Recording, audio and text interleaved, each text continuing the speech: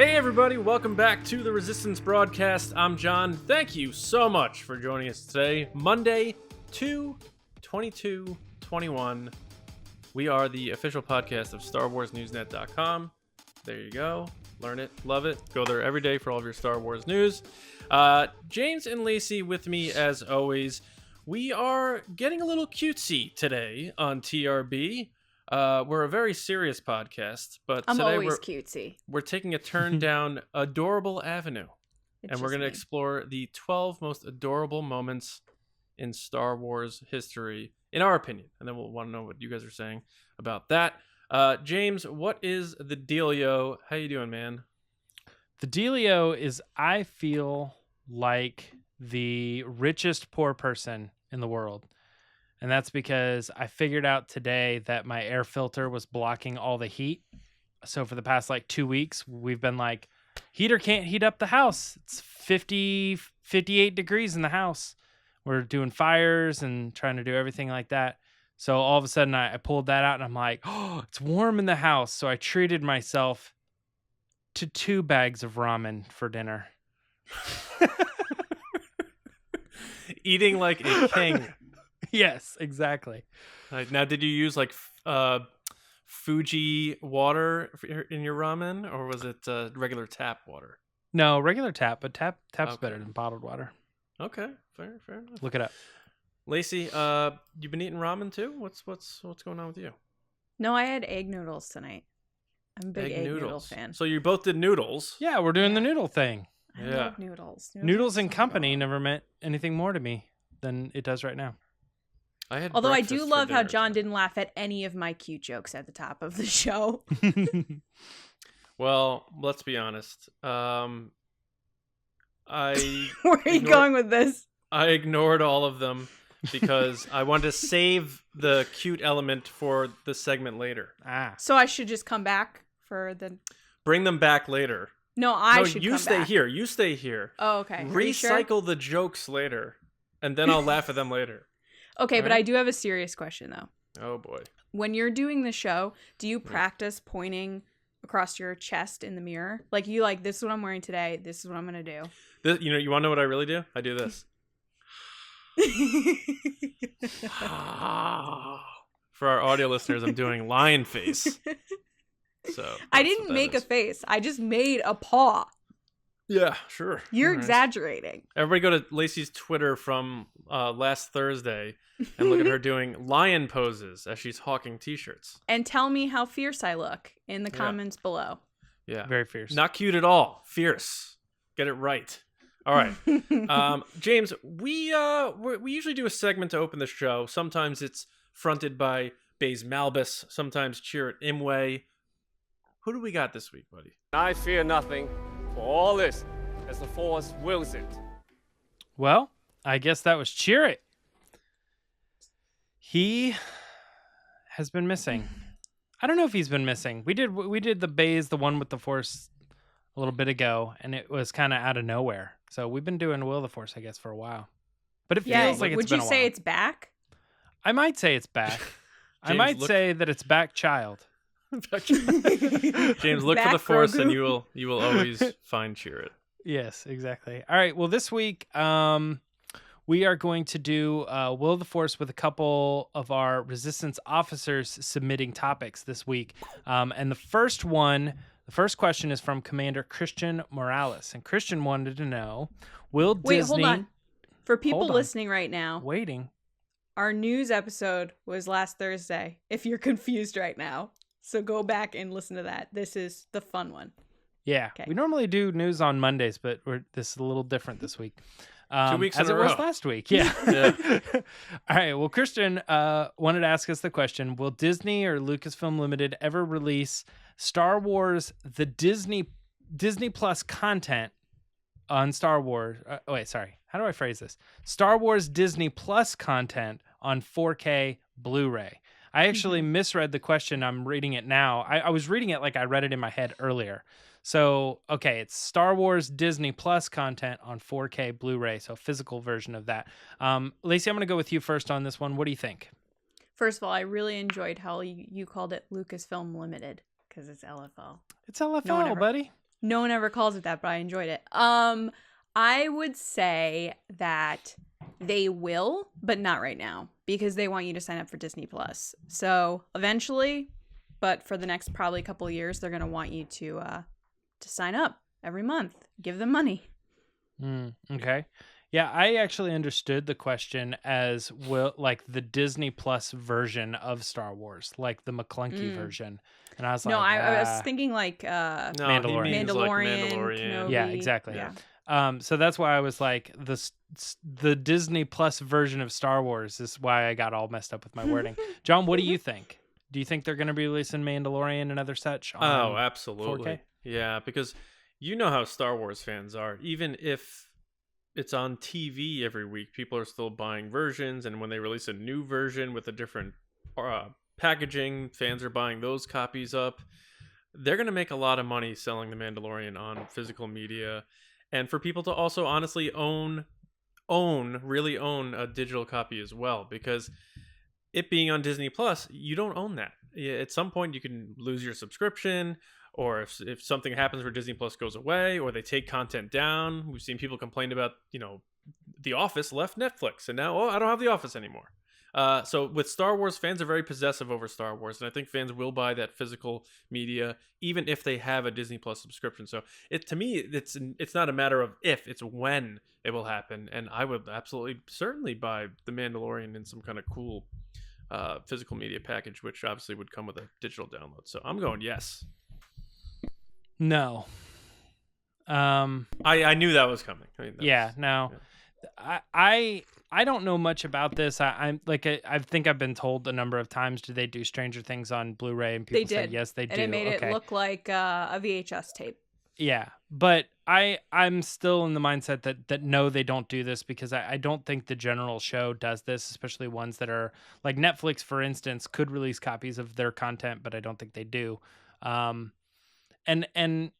I really feel like the world is moving in a different direction, where it's in the best interest of the companies to hold that property tight.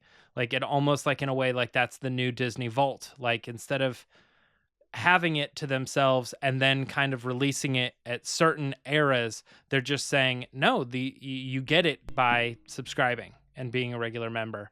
And that's the only way that you're going to be able to have access to this. It's the code to get it. So I mean, they're still releasing the movies that they release on Disney Plus as movies. Like they're still releasing probably Raya, Last Dragon, and Soul will probably be released, and Cruella will probably be released on DVD. So the only difference is that this is a TV show. But for how long? I'm saying, I think down the line all that stops. I think physical media is the bigger issue there. For the sake of the question, you don't think The Mandalorian will ever be available to purchase, is what you're saying? It is available for purchase right now. I can tell you how to get it. He's doing the James Baney. He's doing the James Baney thing, folks. I understand what you're saying. You're leasing the Mandalorian right now. You're not buying the Mandalorian. You're leasing. I understand. Yeah. I own it. I own the Mandalorian. I want to own the Mandalorian, James. I want to own it. I know. I want to own bands' CDs, and they just don't do them anymore. Like some bands still download do. Music? Yeah, you're downloading the music. That's correct. Yeah. What's the next question? Anyway, yeah, I think physical media is on its way out, and I think it's going to be something that's held on to by a certain core group of people, but it's going to be very rare to find it. Almost like when a band does like a vinyl release or something, it's like, oh, that's cool. Like, they're actually going to do a physical thing. That's neat. It's a special edition. I mean, to be honest, as a movie fan myself, it's rough right now looking for physical copies of stuff, unless you get it through Amazon or you get it right when it comes out. If you were to go to like a Best Buy or a Target or whatever, their movie sections are smaller and smaller and smaller. I think Target used to have like 6 or 8 aisles of movies. It's down to 2, and one of them is Disney's stuff. Everything else is like random $5 movies. But I mean, it's harder to find physical media, and I think that's, like you're saying, James, it's like a thing about the industry as a whole. However, in this instance, I agree with John that Star Wars fans are willing to buy all the different versions and buy the physical copies, that it would make sense if they're looking to make money, which Disney is right now. They would put out different versions like a steel book or, you know, the Target one where you can switch out the fronts and it comes with a little figure or whatever, because I'm the sucker that falls for it and goes out and buys the digital copy and the steel book and everything else. Yeah. Yeah. I just don't know where they draw the line. You know, individuals want physical copies. The people, the overall group of people, probably don't customers don't care, or they want the convenience of digital. So, all right, moving on to the next question. Will Bo-Katan be killed by Din Djarin in a duel over the Darksaber and Mandalore? John, I'm right back at you on this one. What do you think? I don't think so. I think it's going to be one of those situations where someone else combats him first, and maybe then she takes that person out. So I'd be hard-pressed to think that it's going to be Din Djarin who kills Bo-Katan. But I could also see her dying, too, at the same time. But I just don't think it'll be by his hand. Mm-hmm. All right, Lacey, what do you think? Bo-Katan is going to be killed by Din Djarin. It's crazy because when she showed up in season 2, we were talking about, like, did we think she was going to be killed? And I honestly thought Moff Gideon was going to kill her at the end of this season as, like, a kind of hero's journey, like pushing him over to do the right thing, or he takes Grogu, and then that totally fell apart because I'm not Jon Favreau and I don't know what he's thinking. Yeah. But I 100% agree with John that she might die, which could be a very dramatic, emotional death because she's really, really loved by all different types of fans. But I don't think that Din will do it because that's like a really dark turn for Din's character. And right now he's done the I don't care about anybody turn to I care about Grogu and I care about the people that are around me and I'm doing the right thing. That would be a weird turn to go back the other way. Mm-hmm. Yeah, and there's no indication that she's his faux Katan. Yeah, I agree with John. And no. And I agree with Lacey even more, like doubling down on that. I think the reason that it's not going to happen is because that would make fans of Bo-Katan suddenly dislike Din Djarin, the main hero. And they're supposed to be on the same side too, that type of thing. Yeah. And I mean, there's always the chance that she goes villainous and, something like that. But I just don't think they're going to do that. I think John's right on the sense that like she is going to die at some point, but it's probably going to be by the hands of somebody else for motivational purposes, not like the lead being the guy who takes out a comrade at this point. I mean, she's you know what I'm saying. Next one is actually a submission from Patreon, and this one comes from Commander Brian Landers. And Brian wanted to know, hey Brian, when will we get a trailer for the Book of Boba Fett? And he says, get as specific as you want in this. So, Lacey, what do you think? Book of Boba Fett trailer, when is it dropping? Called it culture. Okay, so I'm working backwards here in what we know. We know it's coming out in December of next year, so they probably wouldn't put out a trailer until this year. Sorry, this year. What year is Just look at that 2020 brain going. Robin Williams, what year is it? That's how I feel all the time. That was a Jumanji joke for people that didn't get it. Anyway, so The Rock? That being said, what they did this year is they did it in August for Mandalorian, and then they did like TV spots and trailers going throughout the fall. I think they're going to do the same thing. Disney doesn't like to stray from marketing plans, as we've seen from the sequel trilogy, so I'm going to say August. August. What do you think, John? There's no D23 this year, right? The Mandalorian trailer wasn't for a D23. They just released it, didn't they? That wasn't my question, was it? Well, I thought that's where your thinking was going. Yeah. I was supporting your logical train of thought. I assume there's not one, right? There is nothing this year. Yeah. I mean, you're probably right, Lacey. They seem to like those patterns, right? And I think Mando seasons 1 and 2 copy-paste that calendar. both were around end of August. Aside from the Celebration sneak peek we got in 19. So yeah, I'm thinking Before Labor Day, yeah, and like very end of August. We'll get the first teaser for Book of Boba Fett. The and teasers an and stuff. online drop.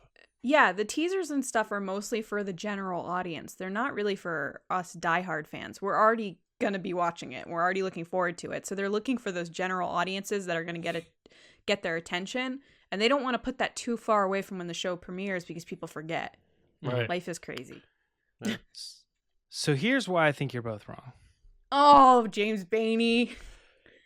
So, yeah, I looked at okay, so the first episode of The Mandalorian Season 2 dropped October 30th, and the first trailer was September 15th. So a month and a half before the first episode dropped. Mm-hmm. So if the first episode of Book of Boba Fett drops, and they didn't say December, they said this Christmas. So if it's aiming for December 25th, then I think the most likely date would probably be Thanksgiving. Black Friday. That's smart. Thanksgiving, Black Friday. Yeah, that's smart. Working backwards. See, Mm-hmm. I didn't work. I worked too far. I went too far back. I think the hang up there was you guys both said that it came like mid to late August, but it was actually mid-September. And that was a lot closer. We got a teaser in August, didn't we? Am I losing it? I'm losing my mind. September 15th. I don't remember them saying Book of Boba Fett was Christmas. That was Kathleen Kennedy, wasn't it? She said the next chapter in The Mandalorian is Christmas. Right. So So she was very specific. The next chapter. Mm-hmm. That doesn't mean the next season. That's the next chapter, which would be that's Fett. All I'm basing it on is what her statement that it's coming at Christmas as opposed to December. I agree with you, James. I think it would be. This actually follows the logic of they don't want to do it too far from the show so people forget about it. It would be that time. Yeah, about a month because they're falling more and more on they know people are going to watch it. All right, Oh no, Thanksgiving Day Parade is on NBC, so it would have to be like a football game or something. Thanksgiving football game, maybe. Could be, or it could just be Black Friday. Black Friday. They just drop it that day or whatever. Okay, last question is: it's a hot issue, but it's back again. Let's check in with all of our takes on this one. Are we going to see a Star Wars movie written and directed by Rian Johnson? John, you're up first. What do you think? No. Nope. No. And I fleshed out my thoughts pretty well, I think, on Thursday's show. Mm-hmm. But yeah, and as much as I would love to see Rian Johnson do more Star Wars, because I really did like The Last Jedi and I really like all of his other movies, there's just weird that it's just that this non-talked about Voldemort thing at Lucasfilm for some reason. I like that reference. Fans are just so poisonous over it, whether they love him or hate him on both sides. It's just right. And they have all these other movies lined up. And so if his movie is coming out, it's in like 10 years. It's just like crazy, man. So I as much as I would love to, I really don't think it's happening. I still don't think it's happening. I know it's still officially announced and all that. I don't think we're going to see it. All right, Lacey, what do you think? Yeah, I agree with John. We did talk about this last Thursday, so if you guys want our full takes, definitely check that out. But just to quickly give my input is I don't think it's happening. And the reason I don't think it's happening, which is different from wanting it to happen, I want to make that clear, because more Star Wars is always good Star Wars to me, so I will take it. But the reason I don't think it's happening is because they announced it back in 2017. Ram Bergman said that they were working on it in 2018 and that it would be coming out in the next 2 years. It is now 2021 and they're still saying the same line of it's in development, we're working on it. And also sprinkled throughout the past couple of years, I know someone asked Ryan at one point on a red carpet about it and he had said, "Oh, I haven't heard anything," or something was what he had said. To me, I think the best thing that Lucasfilm and Disney can do right now is to just come out and say if it's happening or not. And because they haven't, and they didn't do it on the Disney Investor Day, which is the big day they wanted everybody to give them money, to me says they're not doing it. Just like they held doing the Gina Carano, what's the word I'm looking for? Rangers of the New Republic. Mm-hmm. They were supposed to, quote, from sources, announce that, and they didn't. So my question is, why didn't they announce this? It's already been announced. Why didn't they just rehash it? And they chose not to. And to me, that's a red flag. So I'm going to say no. I still think I'm in the boat of that it is going to happen. But the longer, I don't want to say the longer it goes, because my reasoning for a lot of this is that it doesn't matter how long it is, it's still locked. But the longer I go, it does make me wonder why, I don't know, like why they don't address it in a more formal way. You know, right. Just rehash it. All they had to do was throw his face up there on the Disney Investor Day and say, hey, by the way, this is still happening. We're still working on this. And they didn't. But also, all they have to do is say that it's not happening. So, that too. Yeah. That too. So since it falls on, it's just so easy to just go either way. I don't understand, you know, why they don't go either way. So I just have to assume that it is happening because it has been announced. So yep, sure. All right, well, that's it for Will of the Force. We have a pretty big Kessel run coming up here, so let's get to our next section, which is the Patreon pod race. Yeah, guys, it's time for the Patreon pod race.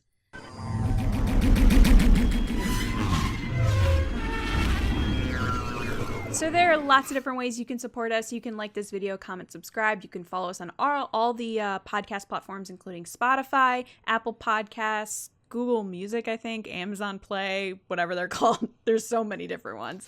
Podcast. Yeah, podcast, whatever. You can follow us on Twitter at RBATSWNN or on Instagram at The Resistance Broadcast. If you want more than that, including extra content, exclusive stickers and mailings and Discord access and much more, you can head over to patreon.com/resistance broadcast. Starting at $2 a month, you support the show, you help us create new content and do what we want to do as we plan into this year and hopefully next year as we get into more normal activities and conventions and whatnot. So that being said, we want to thank our top tier, our generals, who get to be a part of the show through this segment. So first of all, thank you, generals. I'm going to take a big breath here. Carmelo, Andrew Staley, Jeremy Myers, Neel Shah, David Probus, John Risi, Micah Harrison, Jetta Rosewater, Michael Gaines, Beerfed Bethany, Russ Harbison, Kendall Gelner, Paul Olsen, Jake Houchins, Jeffrey Connary, Oliver Lewis, Dave Hornak, Frank Grande, and Val Trichkov. Thank you guys so much. We appreciate everything you do for the show. You. This week, we have Andrew, General Andrew, and we asked him a question, and he gets a chance to be a part of the show and give us his answer. So his question was, what is the funniest Star Wars movie, and what is the funniest moment from it? So, Andrew, take it away. Hey, guys. So you asked me what was the funniest Star Wars movie, and I brought in a couple of friends of mine to help me give my answer, and so I'll bring them in here. I thought Solo was the funniest movie so far of the franchise. Great banter between Han and Beckett and everybody else in the movie, Lando. It was awesome. This part on Savareen where Han confronts Enfy's nest and then the Falcon takes off and catches him by surprise was by far my favorite part in that movie with as far as humor goes. So Solo was the funniest movie, and hoping that we see these guys again in Solo 2 or series. Either way, let's bring these guys back. Thanks, guys. Appreciate it. May the Force be with you. Great job, Andrew. We love Solo here. John, what did you think of his answer? Love it, man. You know it. Make Solo 2 happen. And I think I agree with you. Solo's really funny. I don't know if it's the funniest. It's certainly up there, though. And you make a great point about the Savareen part. That does still make me laugh. So, and way to bring in Chewie and Han there to help you out through the pod race. But as always, you're the man. Thank you, Andrew. May the Force be with you, and make Solo 2 happen, bud. James? Yeah, that's tricky. When you said it, though, when you're like Solo, I'm like, yeah, it's probably Solo. Just because Han's so good. And I think just like when you talk about that movie, you talk about how fun it is, right? It's not the serious, it's not the heavy, it's not the big weighted whatever story. It's fun. It's a fun movie. So I think with fun comes funny, and it's a good time. So I think you're probably on the right track with it being the funniest movie. Good answer. And thanks for being a general. Andrew, great answer. We love Solo here. Hashtag make Solo 2 happen. I think that movie is hilarious from the same things that you said where they interact with each other, from the part where they're in the Millennium Falcon and they all yell when the lights go back on. That always makes me laugh. Or the part where he's talking to Dryden Voss and he's like, we've got a pilot. And he points at himself. I laugh every time. So thank you so much. Thank you for your support. We hope you're doing well. Also, just a side note for people out there, Andrew has the cutest cats, if anybody was wondering. So, yeah. One of them named Ray, right? Is that yes, Ray and Luke. Yep. All right. So thank you so much. Now we're going to head into the Kessel Run. John? Yeah. It is time for the Kessel Run, the 12 most adorable moments in Star Wars. You've never heard of the Millennium Falcon? It's a ship that made the Kessel Run in less than 12 parsecs. All right. Star Wars is known for a lot of things. It's adventure, thrills, action, comedy, heartache, love, excitement. But one thing it also has is adorable moments. So we put together our combined list of the 12 most adorable moments in Star Wars from our perspectives, our point of view. And we obviously want you to let us know what your picks would be as a part of this here. So in the comments on YouTube or hit us up on Twitter, quote tweet the episode listing your favorite adorable moments, whatever you want to do. Shout it out loud and let everybody know what you think about this, and let us know what you think about our takes. So yeah, we're gonna go around here, each taking a turn, getting to 12 to honor Han and Chewie doing the Kessel Run in less than 12 parsecs. So first up, we're gonna go with Lacey. Lacey, first, real quick, did you enjoy? Was it hard for you to come up with adorable moments? No, it was hard to narrow them down. I thought you were going to say Lacey's going first because she's the most adorable. Thanks, John. Are you? I will go first. Okay. All right. That wasn't very adorable right there, but Of course it was. Let me know why in the comments below. Okay. My first choice is going to come from Return of the Jedi, and of course it has to do with Ewoks, but specifically the cutest Ewok, which is Wicket, played by Warwick Davis. And this is a moment that I just laugh every time it happens, and kind of made me fall in love with this movie when I was little too, because it's just so cute. So it's when Leia's talking to Wicket and she hands him the cracker and he does this like head tilt. He's like, what is it? And like, it's one of those tilts that like dogs do, little baby animals do, kids do. And when they're trying to like figure out what they want to do next. And it's just that kind of moment that makes Wicket who he is, which is like this curious little Ewok. And I love it. I love everything about it. There's not much else to say except he's adorable. Yeah. I know that they went back and they added the blinking. Yeah. And it's funny because now, like, if you're like, oh, they didn't need that, and you watch the original one, you're like, oh, they did need that. Yeah. Because it's like, it's adorable, but it's like, And then looking at you weird. Yeah. Yeah. You're like, okay, maybe this is a little strange. he just has a knife all of a sudden. You're like, what is happening? Actually, we were just talking about the teddy bear thing recently, and it's like, maybe that's part of it, is because like teddy bears, they don't blink or they don't have any eyelids or whatever. It's maybe in Silence of the Lambs, one of Anthony Hopkins' like things that he applied to his character Hannibal Lecter was he refused to blink as he was delivering his lines. Yeah. And it just, that's all you need to know. It's unnerving. Yeah, it's good. But he is cute now that he blinks and does the head tilt. Right. Yeah, I mean, the head tilt for sure. Yeah. Yeah, he was cute always, but it's just better now when you realize, when you look back in retrospect. All the Ewoks are cute, and he's like the cutest of all the Ewoks. Yeah, with his little headpiece, and I just love the noises he makes. He's like, oh, cha. Yeah, the little sounds and stuff. Yeah, it's good. Good pick. Am I up James, next you're time? Right? Yeah. Yeah.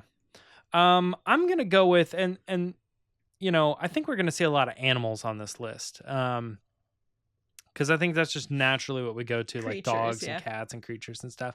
So one of the first things that I thought of right away is the porg that is reacting to Chewbacca getting ready to eat the other porg. Because I think that is, they looked at all the science that goes into what makes something cute, which actually is a real thing, by the way. Look it up.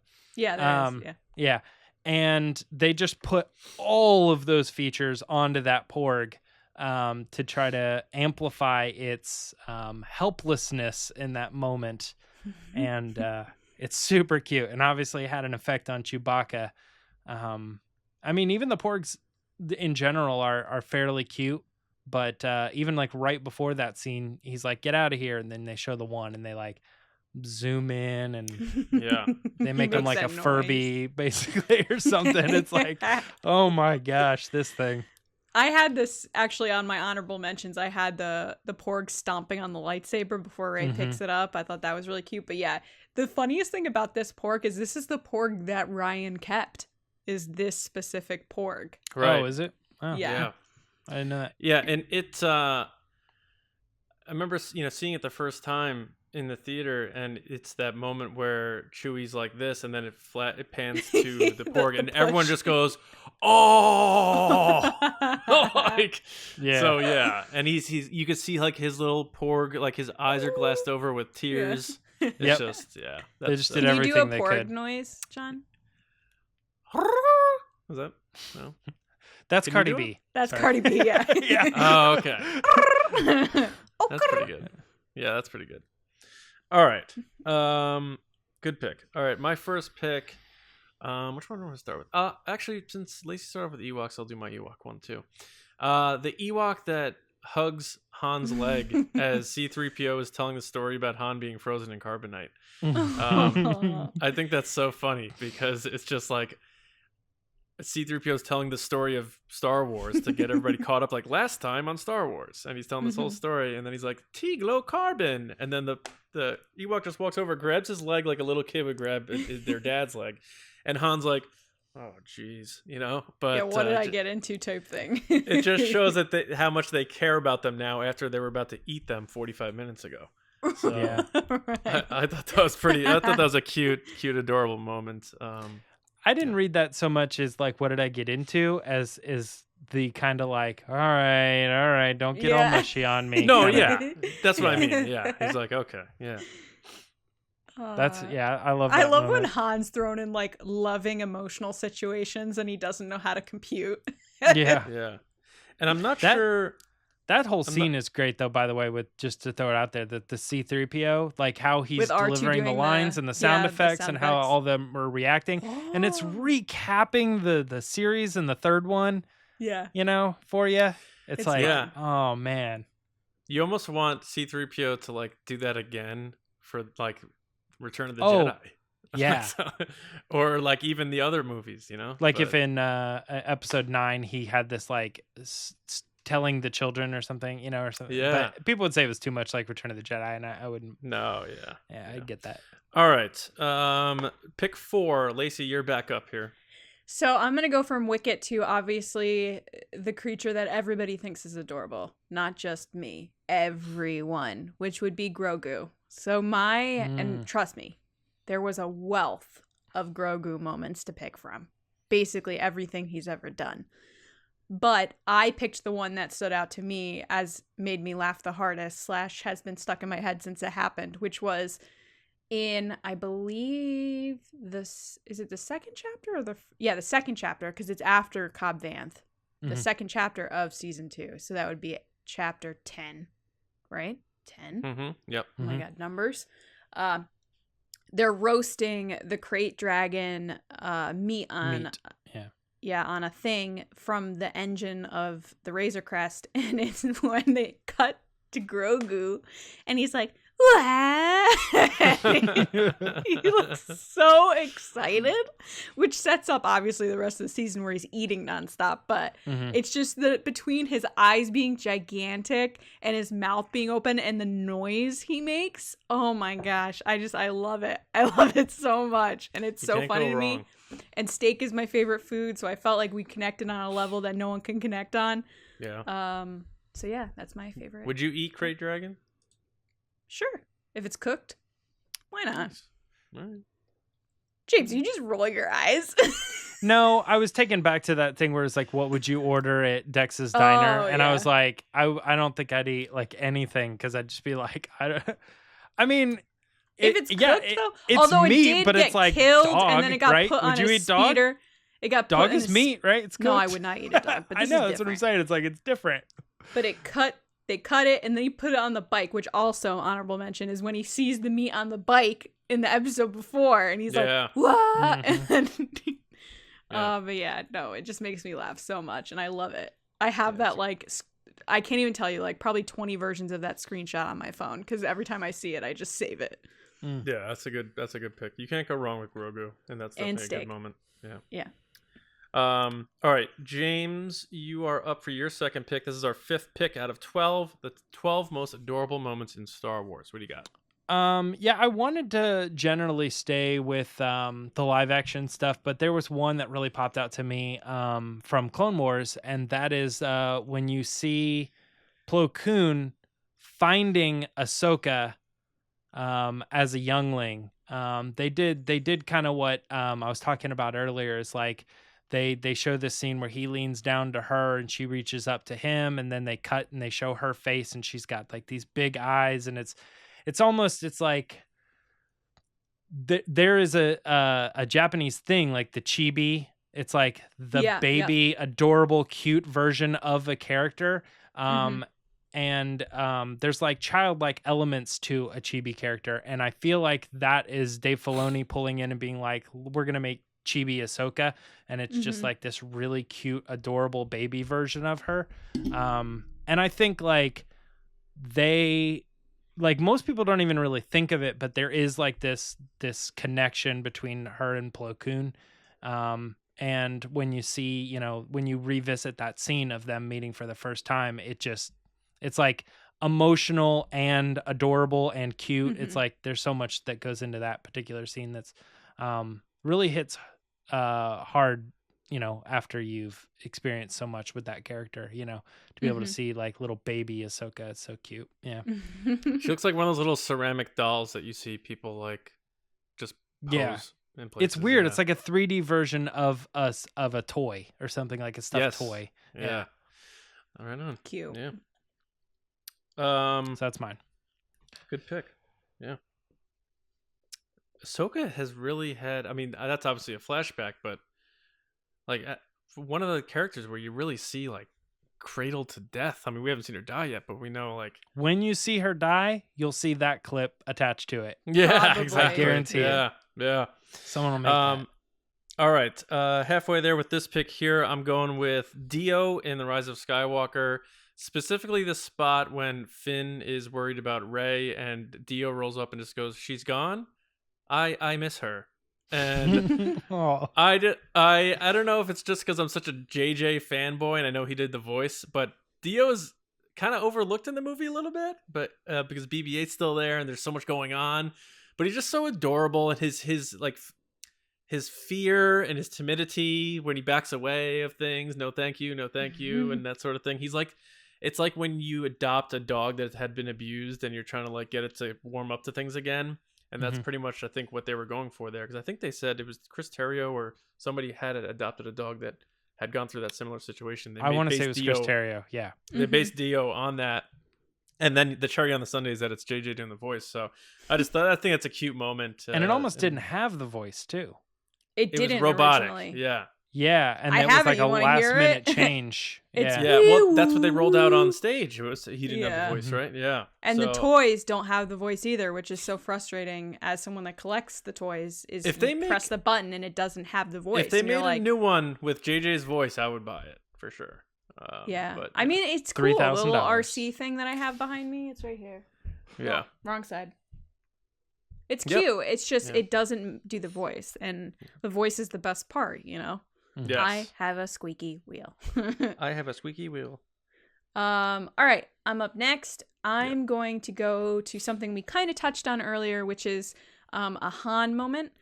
I love Han Solo in all the different, obviously, points that we meet him in his life, but there's just something about Han in The Force Awakens that really kind of stuck with me, and I think it's because he reminds me of my dad Bill Gill a lot, like his attitude where he's just like, I don't care, but I do care, but I'm not gonna act like it, and like I'm gruff and I fix things. But it's the part where he gets to talk Adana with Rey and he offers her a job, And she goes, I have to get back. And he goes, too bad, Chewie kind of likes you. And you can clearly tell that, like, from the moment he's offering her the job, he's like, you could take this job, but you don't have to. It's, like, not a big deal. It's, like, doesn't pay well, blah, blah. But you could tell that, like, he's grown attached to her and, like, he wants her to come along. And, like, then you, like, realize after the fact that Ben's his son and that what has happened with Ben, he's probably like, I don't know if I want to put myself out there with a young person again because last time it didn't go so well. So, like, there's this just really a cute moment with Rey where he's, like, offering her the job and he wants her to come with him, and we know what comes next. But that moment in itself is just really cute, and her reaction to him where she, like, scrunches up her nose and smiles at him. I just love it. I loved their interaction there. Yeah. So you're doing the whole scene. Well, it's specifically like... No, I understand. But I thought it was just the nose scrunch. Like, alone. Oh, no. If we're picking, like, one specific thing, it's him saying, too bad, Chewie kind of likes you. Like, that to me is very, very Han, and it's so adorable that, like, it's him trying to, like, brush off that, oh, you don't want to come with me? Okay, whatever.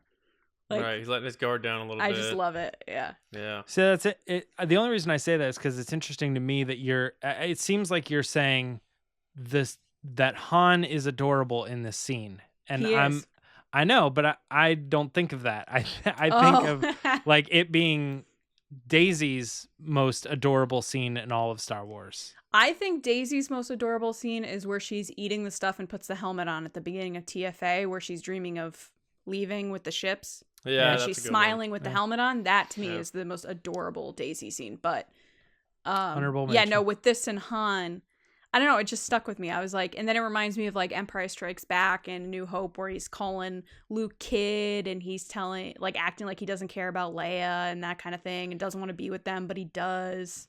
Yeah. I love Han Solo. Good pick. All right, number 8. James, you are up next. What do you got?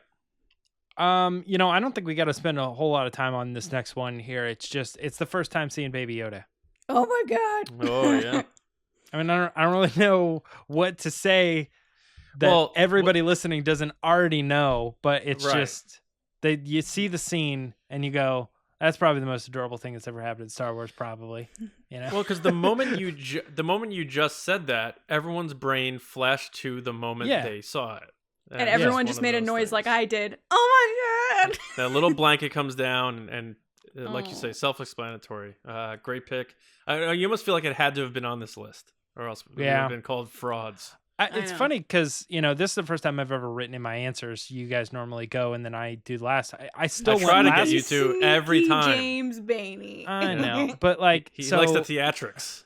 Yeah, but I looked at the list and I was like, that wasn't on the list. That's crazy to me. So I left it off because I figured you were gonna pick something and not tell us. So I was like, let me leave some obvious ones on there. I went hipster with it. I'm like, I don't do the trendy like Grogu pick. Ew. All right. My next pick is after Han gets thawed out at Jabba's palace and gets thrown to the cell. He realizes that Chewie's in there, and Chewie realizes he's in there, and Chewie hugs him and then grabs him from behind and starts petting his head. And Han goes, "I'm all right, pal. I'm all right." Like, it just shows how much Chewie loves Han, and he's just like petting his head and like taking care of him. Like the best friendship in movie history, Han and Chewie. And that's one of those moments where you're like, oh man, look at Chewie just taking care of his buddy he can't see and he's all sweaty. And I love the part where right after that where he's telling him about Luke. He's like, Jedi Knight, everyone leave and everyone gets delusions of grandeur. Yeah, right. All right. Lacey, you are up next. We each have one pick left in the Kessler run. We are pick 10 of 12. The 12 most adorable moments in Star Wars. So I kind of feel like a liar because I did say Rey's the cutest moment is when she puts her helmet on at the beginning of TFA and she's like smiling and looking at the sky. She falls into this final pick, but it's not necessarily because of her. It's where Rey and BB-8 meet for the first time when she fights off the Tito, and specifically when she fixes his antenna and then she's like, okay, go this way, but don't, stay off of this. and stay away from the singing fields. And then BB-8 makes all those noises that like, but I'm alone. And like, it's clearly that's what he's saying. And she's just like, ugh, okay, come on. And then he goes, woo! And he rolls after her. Yeah, that is that's my cool. favorite BB-8 I like moment. that, yeah. And I think it just kind of solidified for me in that first movie, meeting BB-8 and his personality for the first time. Because when you really see him with Poe, he's kind of going through the motions. He's getting plans. He's running away, that type of thing. But here you get to actually see that, like, he's got a personality and he's kind of cheeky, but like he's cute and adorable and friendly. He knows how to turn up the charm. And I loved it. But yeah, the I'm alone gets me every time. But I'm alone. The perk up is good too, though, because I remember seeing that the first time and laughing like, oh, that's funny. Whee! Yeah. All right. Pick 11, James. Your last pick. What's your most adorable moment in Star Wars? So I didn't put a specific moment, and it might be cheating. You guys might force me to do something here, but I felt like it was important to just not pick a moment, because my most adorable thing in Star Wars is Jake Lloyd as a whole. He is pretty cute. And I was like, okay, he's pretty cute. So let me think of something, and I was like, oh, but that one is, but this one's also. And I mean, I was like going through it, and I'm like, literally everything he does is cute. Like, if he's happy, he's adorable. If he's angry, he's adorable. If he is cold and he misses his mother, he's adorable. Like, it doesn't matter. Think of any line in the movie, whether it's like, yippee, or like, are you an angel? Or like, no, Mr. Qui-Gon. Like, it doesn't matter what it is. He like exemplifies cuteness, and I think that's all direction from George to be like, I'm gonna push this as far left as I can to make him the cutest kid, because we're gonna end up here, and I want this to be an extreme. So I don't want to give him anything that could lead to him being like kind of a bratty kid or annoying or anything like that. I think just every time he's on screen, he's extremely adorable, unlike even Porgs. There's times when Porgs are annoying or they don't look cute or whatever, but not Jake Lloyd. I'm a person and my name is Anakin. My favorite sequence, like, though, is when that's he's very cute. When he's in look, he's trying to be tough. Yeah, I know. The Naboo starfighter, and he's like, he told me to stay in this cockpit, and that's what I plan to do. Like, it's you're like, adorable. aw. And then he's like, spin move. You're like, aw. And he's like murdering people, and you're like, oh my God. Yes. Yeah. Like, literally like blasting people. Yeah. Yeah. It's great. So I feel like it's cheating a little bit, but I think the point here is like, just go rewatch the movie, and just like every line of his is super adorable. And go look up behind the scenes pics, because they're even more adorable. I think it's adorable that he thinks nobody can kill a Jedi, and then he kills all of them. Yeah, no, yeah. But it is, because he's like, nobody can kill a Jedi, and then that whole table 10 years scene later, yeah, that whole table scene, you know what I mean? Yeah. Where he's talking, it says, "Mom, you say the worst thing in the galaxy is nobody cares for each other." Yeah, nobody helps. Does he remind you of Bennett a little bit? I mean, yeah, I guess a little bit. Like Bennett, like both of them say things that is like, you're adorable because you don't fully understand the full scope of things yet, you know? Right. Yeah. And Bennett's the only human who can bake. So just like Anakin with the pod racing, there you go. It's absolutely true. Look up Bennett the Baker on YouTube. Yeah, it's my legalese. All right. Our last pick in the 12 most adorable moments in Star Wars is Return of the Jedi, sick dying Yoda with his little blanket.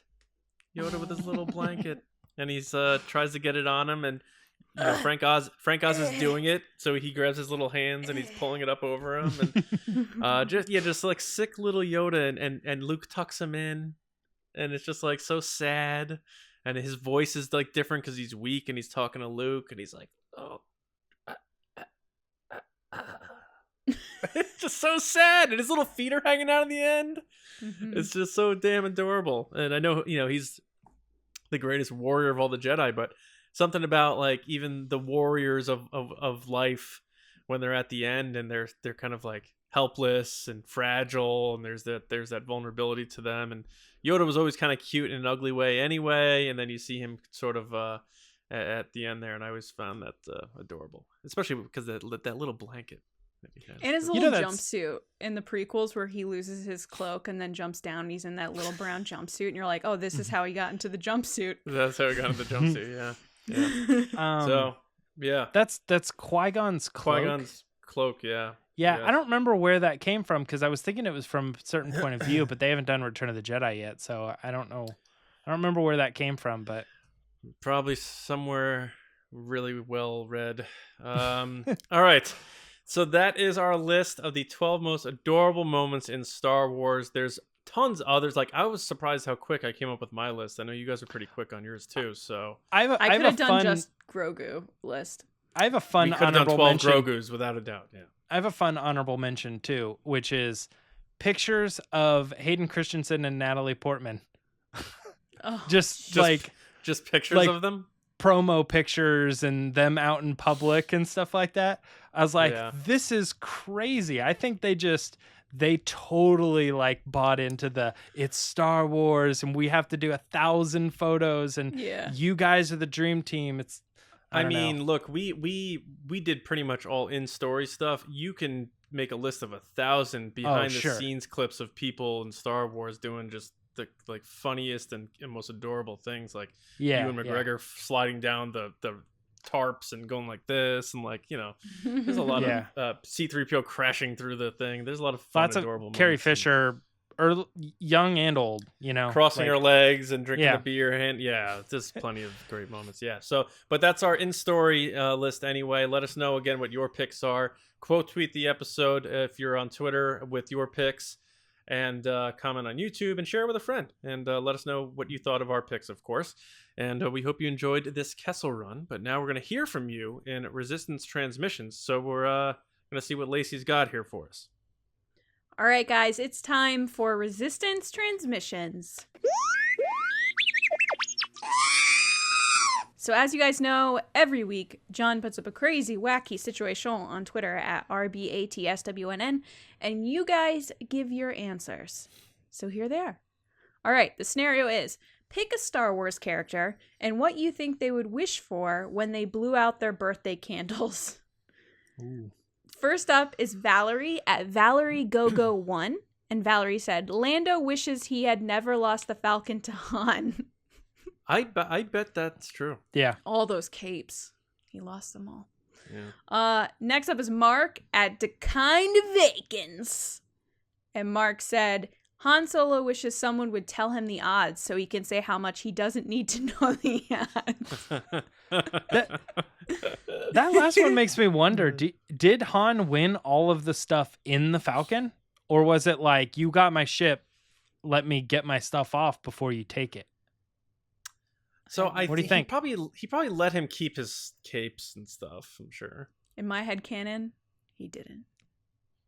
Because you think Lando just went and had all new capes made? Yeah. Yeah, I don't know, man. I could see. they destroyed a bunch of capes during the whole Kessel Run thing. His getup in Rise of Skywalker looks very similar to his Solo outfit. He just lost all the capes. I could see Han being like, "How long is it going to take you to get all your stuff off my ship?" And just letting it really sink in. Didn't we do a joke? We did a joke once that Han sold. I think one of the Resistance transmissions was Han sold all the stuff. Oh, yeah. All I'm thinking about is Cassian. I've been in this fight since I was 6 years old. Lando's I've been in this outfit. Right.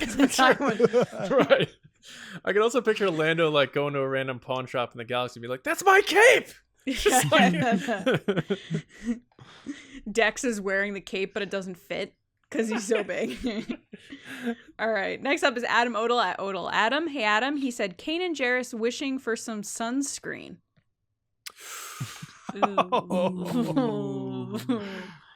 Next up is Christian Morales at Chris_Morales_1, who said, an Imperial Stormtrooper wishing for proper target practice. I think that's spot on. They have to be wishing for that. Next is Kevin Lewis at Thrawn's Fan, who said, Cara Dune wishes for a job. Oh, man, it's so topical. She's just gonna go away. Run a deli. Cara Dune's gonna be running a deli. Yeah. Next is Matt Skywalker at Jedi_adopted. And Matt said, Han and Chewie both wish Disney would #make Solo 2 happen. That's right, baby. Absolutely. Jonas was tweeting the other day about how much he loves that people, care about Chewie, want to see more from Chewie, and he told us to keep it going, so don't forget, guys. All right, next is Mitch. Teespring.com/make Solo 2 happen. Pin, only a limited supply. Get yours now. And also to spread the word, because not everyone's online, so get your pin, wear it, and get the conversation going. Yeah, John was holding up a pin. At Mitch Axness said, Luke wishes he could get some power converters and an ancestry DNA test kit. What point? What point would he be wanting for the ancestry kit? He knows it's his father until the moment he knows it wasn't his father. And last but not least is Alex Zukis at Zubaka, who said jacked fish would wish for a protein-packed dish. Yeah. Alex is the biggest jacked fish fan. He is a huge jacked fish fan. Yeah. Jack Fish wants a 10% off coupon at GNC. Right. If Alex did the Kessel Run, he'd put jacked fish as the most adorable moment in Star Wars, probably. All of the 4 picks would be jacked fish for him. Yeah. All right, guys, thank you so much. If you want to be on the show, make sure to follow us at RBATSWNN on Twitter. And yeah, you can make it on the show. Back to you, John. All right. Thanks, everybody, for listening or watching, being a part of the Resistance. Please spread the word if you know people who like Star Wars, who maybe haven't gotten into watching Star Wars podcasts or listening to Star Wars podcasts. Share a link with us. Just do Bing, copy link, send it to a friend, and you'll be surprised how you help us grow by doing that. So, but make sure you are subscribed yourself. Like Lacey said before, any of the podcast apps out there, Spotify's a great one. Obviously, Apple Podcasts, Google Play, Amazon Music, we're there. Tell Alexa to play TRB and boom, say the Resistance broadcast. Also go, like I said, Star Wars Newsnet for all of your Star Wars news, reviews, editorials, information, and more.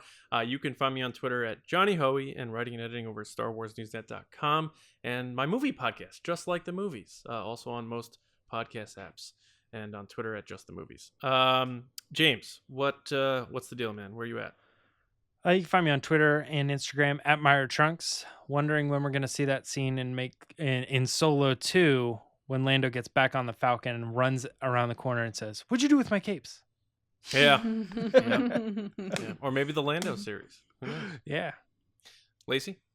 People can find me on Twitter and Instagram at Lacey Gilleran, and you can also see a new Lacey's Outpost on our YouTube channel where I go through things that I've bought over the past couple months and then stuff that you guys have sent me. Very cool. Very cool. Did you get a Han Solo and Carbonite by any chance? Not yet, Chris. Brutality. Yeah. What's our word of the day, guys? Adorable. Yeah, that works. That's easy and simple. All right. So we'll be back on Thursday in some way or another with another episode right here on the Resistance broadcast. And as always, we'll see you around, kids.